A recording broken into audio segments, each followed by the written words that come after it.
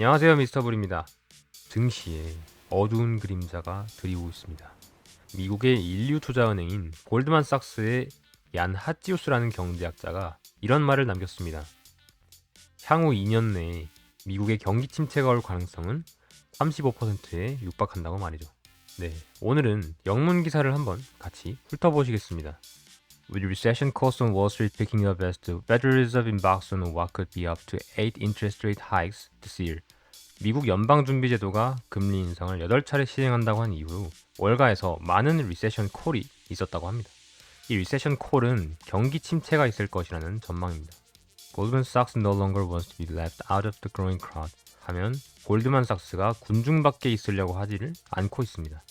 원래는 골드만삭스가 경기 침체가 올 타이밍이 아니라는 입장을 견지했었나 봅니다. 네, 두 번째 문단부터는 영어 안 읽을게요. 이 두 번째 문단의 내용은 이제 단기에 있는 경제의 상방 모멘텀이 리스크를 제한하는 건 맞으나 정책이 너무 세다. 이제 결과적으로 12개월 안에 15%, 24개월 안에 35%의 확률로 경기 침체가 올 것이다 라고 얀 하치우스가 전망하고 있습니다.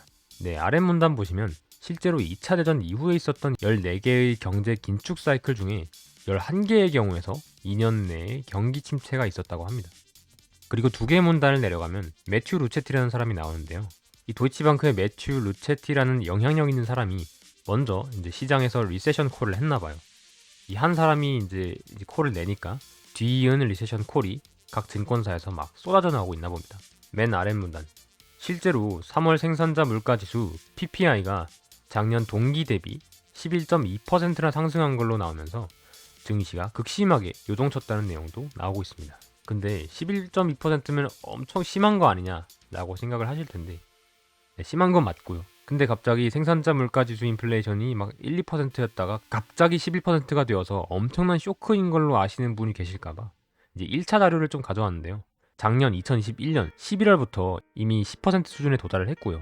최근 4개월간의 추정 PPI 인플레이션은 10%를 넘어선 상황입니다. 그래서 사실 11% 인플레이션이 너무 막 갑작스러운 것도 아닌데 왜 이렇게 콕 집어서 이야기를 하느냐라는 생각이 드실 텐데요. 그 이유는 그냥 주가가 떨어지니까. 굳이 이 시장 지수의 하락의 원인을 찾자면 인플레이션이 기대 이상으로 올랐다라고 설명을 해야 되는 거죠. 이제 기자가 기사 썼다, 애널리스트가 리포트 썼다라고 읽으시면 됩니다. 근데 뭐 이런 상황에서도 월마트나 코스트코 같이 생활에 필수적인 물건을 유통하는 유통업자들은 이런 물가 상승에도 끄떡이 없죠. 비싸게 납품을 받으면 비싸게 팔면 되니까. 근데 생필품은 비싸도 살 수밖에 없는 거죠. 뭐 생필품목이 실제로 매대에 많지 않아도 생필품이 아닌 물건을 취급하는 기업의 주식에서 투자자들이 돈을 빼니까 어딘가로 그 돈이 다시 흘러 들어가야 하는데 하필 그게 이제 월마트나 코스트코가 대안이 되는 겁니다. 그리고 그 다음 문단 보시면 레이 달리오가 나오는데요. 레이 달리오 아시죠? 헤지펀드 중에서 펀드 설정의 규모 세계 1위를 자랑하는 브리지워터 어소시에이츠의 사장님입니다. 이분은 아예 스태그플레이션을 점치고 있는데요. 미국 연준이 이제 금리를 계속 인상하고 있지만 물가도 못 잡고 경기도 못 살린다는 전망을 하고 계시는 거죠. 이 정도면 미국 경제, 아니 미국의 파급력을 생각해 봤을 때 전 세계 경제에 먹구름이 끼고 있다는 말이 전혀 틀린 말이 아닙니다. 그러면서 마지막에 하는 말, 그런 환경에서 균형 잡힌 포트폴리오를 빌드해야 한다고 이야기를 하고 있습니다. 근데 사실 2년 내에 몇 퍼센트 확률로 경기 침체가 온다.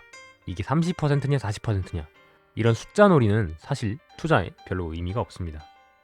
경제학자들이 이런 확률을 계산하기 위해 어떤 행동을 하는지 잠깐 사진으로 보시죠.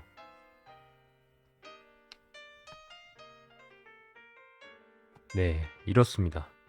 뭔가 조금 이상하면 살짝 수정하고 뭐 좀 이상하다 싶으면 입맛대로 바꾸는 게 현실이죠. 모든 경제학자나 애널리스트가 이렇다는 말은 아닙니다. 근데 증권사 이코노미스트는 그럴 명분이 있어요. 막말로 경기 침체가 올 확률이 90%라고 하면 누가 증권사 창구 가서 주식 매수하고 누가 골드만삭스한테 가서 투자 1임 상품 뭐 레버카운트 맡길까요? 사실 경제 긴축하면 점점 각 경제 주체의 이자 부담이 늘어서 기업이 도산하고 가게가 파산해서 경기가 어려워진다는 것쯤은 다 아는 사실이죠. 추가 자료 조금만 더 보시죠. 이 자료는 미국의 10년물 국채의 시장금리입니다. 가파르게 상승하면서 2017년, 2018년 초까지 경기가 피크를 찍을 때까지의 시장금리의 수준으로 빠르게 복귀를 했죠. 이 자료는 미국의 10년물 국채와 2년물 국채의 이자율 차이입니다. 흔히들 이제 장단기 금리 차라고 부르는 건데요. 이 장단기 금리 차가 벌써 거의 0%대에 도달을 했죠. 경제를 조금 배우신 분들은 이 자료가 얼마나 무서운 자료인지 대충 체감이 되실 겁니다. 경기 침체가 목전에 있다는 것을 의미하죠. 근데 거시경제 지표로만 보면 거의 진짜 경기 침체가 거의 다 온 것 같은데 12개월 내에 15% 확률로 침체가 올 거라는 말이 굉장히 천진난만하게 들리지 않나요? 어쨌든 우리가 결국 해야 할 건 대응인데 어떻게 여기에 대응할 것인가가 우리의 관심사라고 볼 수 있죠. 투자 수익의 원천이 종목 선정, 자산 배분, 마켓 타이밍인 바 다음과 같은 질문에 답해야 합니다. 첫 번째, 채권을 늘려야 하는가? 두 번째, 주식 내 종목 구성은 어떻게 해야 하는가? 세 번째, 어떤 타이밍에 사야 하는가? 이 세 개가 정말 하나하나 답변하기 정말 힘든 질문입니다만 제가 오늘 결국 드리고 싶은 말씀은 이겁니다. 주식 비중을 축소하고 시장 유동성이 빠진다고 하더라도 금리 인하 기대감에 가장 많이 오르는 주식을 분할 매수하자입니다. 장단기 금리 차가 굉장히 작아진 과거의 증시는 어땠을까요? 2008년, 그리고 2000년대 초반, 그리고 90년대 초반, 80년대 초반, 장단기 금리 차가 0%대에 근접한 시기에 조금 뒤를 보시면 항상 이제 음영 표시가 돼 있죠. 저 음영 표시는 뭐냐면 경제학자들이 합의한 경기 침체 시기를 표시한 건데요. 이게 왜 이렇게 되는 거냐면 조만간 경제 주체들이 금리가 인하될 거다. 왜냐? 경기 침체가 올 거기 때문에.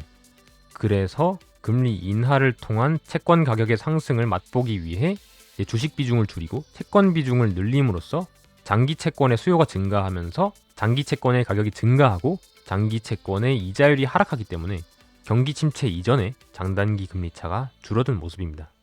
제가 방금 드린 말씀이 쉽진 않은 말인데 계속 한번 반복해서 들어보시고 이해를 하신 다음에 이 그래프를 보시면 어떤 거를 아실 수 있냐면 보통 경제 주체의 금리 인하 기대감이 모조리 실현된다는 겁니다. 그러니까 경기 침체가 올 것 같아서 채권 비중을 늘렸는데 실제로 경기 침체가 오더라는 거죠. 이게 바로 경기 사이클, 금리, 부채 사이클의 필연성이랄까요? 이런 상황에서 증시의 유동성은 계속해서 줄어들 수밖에 없습니다. 그리고 시장 유동성이 줄어든다고 하더라도 금리 인하 기대감에 가장 민감하게 반응하는 주식이 뭘까요? 바로 그 이름도 무시무시한 바이오주입니다. 다른 말로 제약주라고도 하는데요. 신약을 개발하는 이 제약기업의 현금 흐름은 저 멀리 있습니다.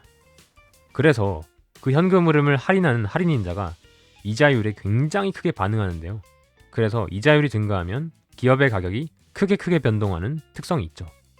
특히 금리 인상기에 금리 인상분을 선반영해서 주가가 굉장히 크게 떨어지기도 합니다. 따라서 여러분들이 두려워하시는 임상 실패의 결과를 보지 않으셔도 임상 결과가 나오기 전에 매매하심으로써 충분히 투자 수익을 거두실 수 있는 거죠. 만약 바이오 기업을 하나하나 분석하는 힘이 없으시다면 바이오 ETF에 투자하는 것도 좋은 방법입니다. 그리고 분할 매수하라는 이야기에 대해서 말씀드리겠습니다.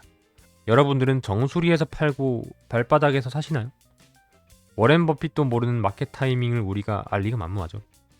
워렌 버핏도 너무 비싸게 주식을 사는 리스크를 관리하기 위해서 분할 매수로 이를 대응하는 모습을 보여줍니다. 만약 이 영상을 보고 계시는 여러분들께서 워렌 버핏보다 마켓 타이밍을 잘 잡는다는 자신이 있으시다면 부담 없이 바이오주에 올인을 하시면 될 텐데 그런 정도의 실력자분들은 잘 안 계시기 때문에 그거를 이제 아신 다음에 자기 객관화를 잘 하셔서 현명한 선택하시면 좋을 것 같습니다. 만약 스스로가 마켓 타이밍을 못 잡는다는 것을 인정하신다면 다른 주식의 보유 주식 수를 줄이고 제약주, 바이오주를 천천히 분할 매수하시는 전략이 이 시기에 적절한 전략이 아닌가 하는 제언을 드리면서 오늘 영상 여기서 마치겠습니다.